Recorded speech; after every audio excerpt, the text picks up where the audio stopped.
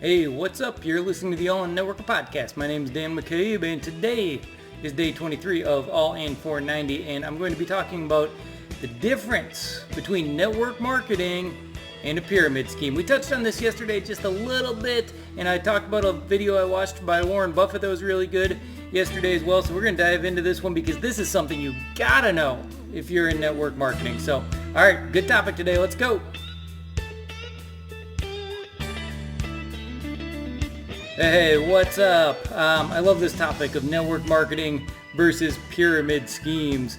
And I love getting the question more than anything. I don't know why I like it. It's like a sick, guilty pleasure that I enjoy getting the question. Like, isn't that a pyramid scheme? That sounds like one of those pyramid schemes. And I don't know. I mean, we don't want it because I'd rather not have to deal with it and just really make the sale if you think about it from a practical standpoint. But in a non-practical way, it's a fun question to get just because it's a fun one to answer.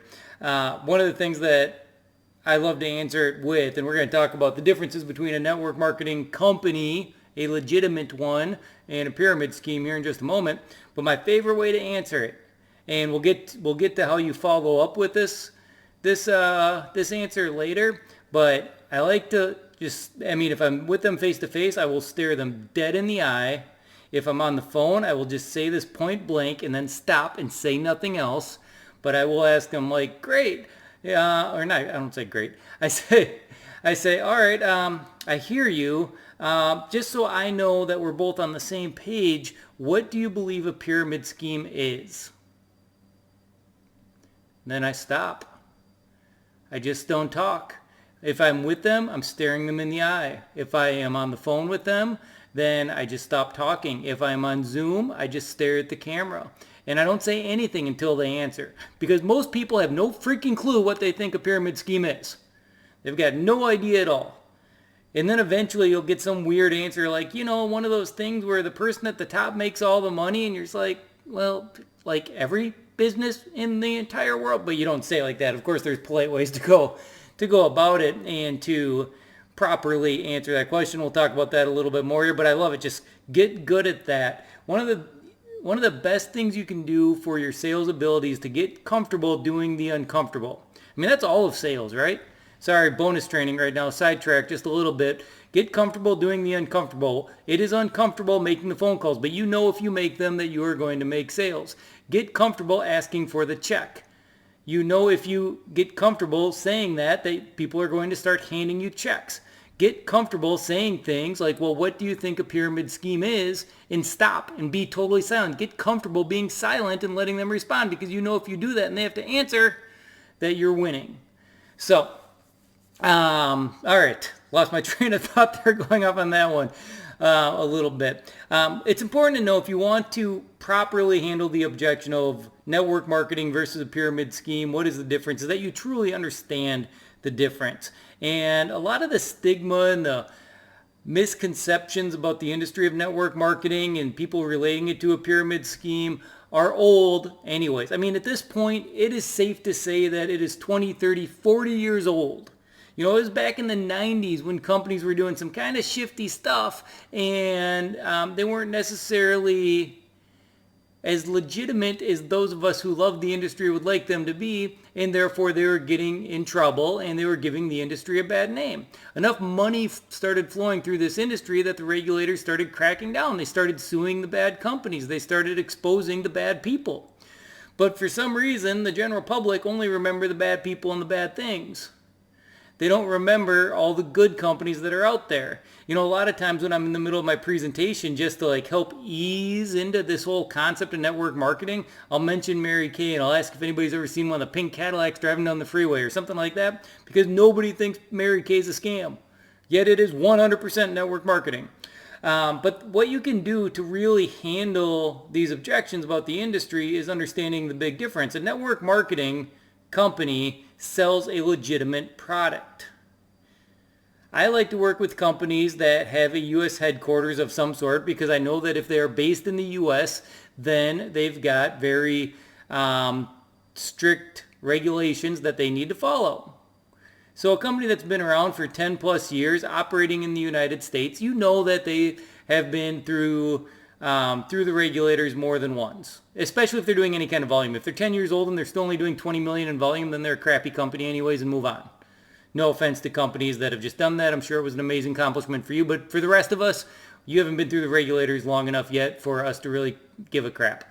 So move on. And otherwise, I mean, a company that's been around for 10 years should be doing, 100 million, 200 million, 500 million or more, because they've been growing. And when they're doing that much money, they have that many people involved. The regulators get very heavily involved as well. They have regular audits, and they're on the up and up.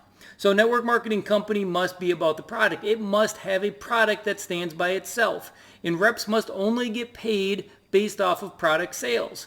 Pyramid schemes, we get paid when we recruit people. So we get paid for the act of recruiting somebody, them paying a fee to get into the company. And if I get a piece of that action, that goes against regulations. And therefore, we turn into a pyramid company.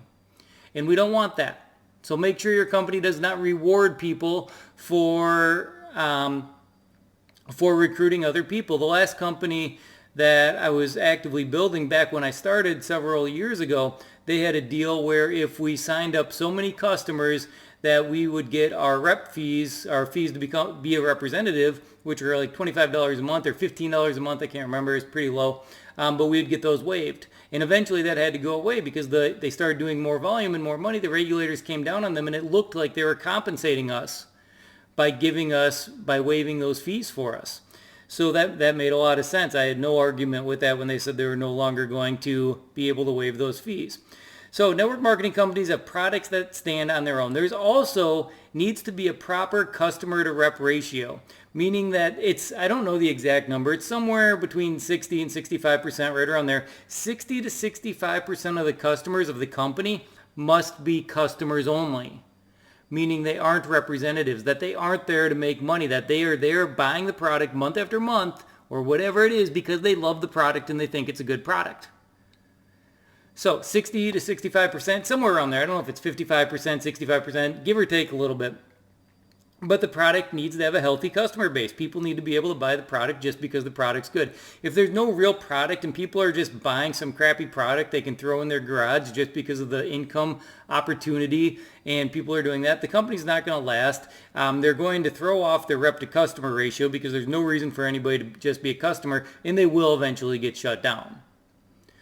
So that's probably the major difference I talk about when I'm talking to somebody else about the difference between a network marketing company and a pyramid scheme, is that the product's legit. And hopefully I'm in a company where I love the product and I'm more than happy to talk about how legitimate the product is. And hopefully I'm in a company that has a customer ratio that's way higher than 60% anyways. There's some really good companies out there right now with like 90% customer ratios, which is awesome. And that's what it really should be, because then it turns into a proper network marketing direct sales opportunity. We are getting a very legitimate product that we can go out there and put into the marketplace, sell, and earn a commission. So don't overthink this one too much. Next time somebody asks you or says to you, man, that sounds like a pyramid scheme, then you say, oh yeah, what do you think a pyramid scheme is? And then shut up. Just let them answer and see what they say. It's the funniest things will come out of their mouths. So just let them answer, let them tell you what they think it is, and then you have an opportunity to properly educate them at that point on what a network marketing company truly is. And really, a network marketing company, the other thing I like to say when I'm talking to somebody is that a network marketing company is just like any other corporation that they know of, except for most corporations will spend a healthy budget, maybe as much as 50 to 60% of their entire revenue back out on marketing.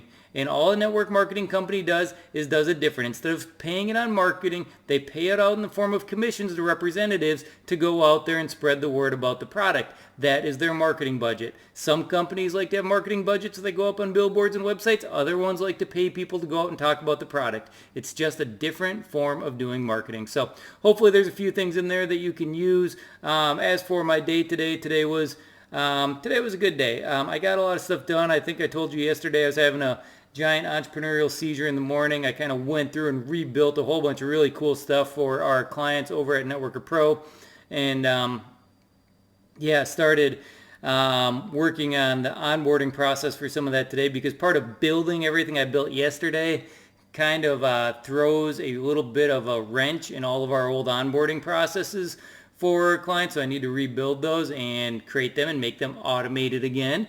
Because right now all the videos and things like that changed because I changed what they were going to be getting. I enhanced it. I made it a lot better, but that means that the onboarding process is slightly different. So anyways, it's all good.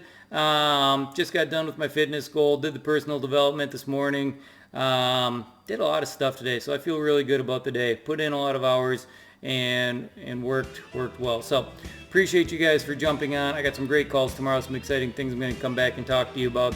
And tomorrow we are going to talk about, we're going to talk about industry objections, which I kind of handled today a little bit. So we'll figure it out though. We'll figure out tomorrow. All right, appreciate you guys as always. And until next time, we'll talk to you soon. Thanks a lot.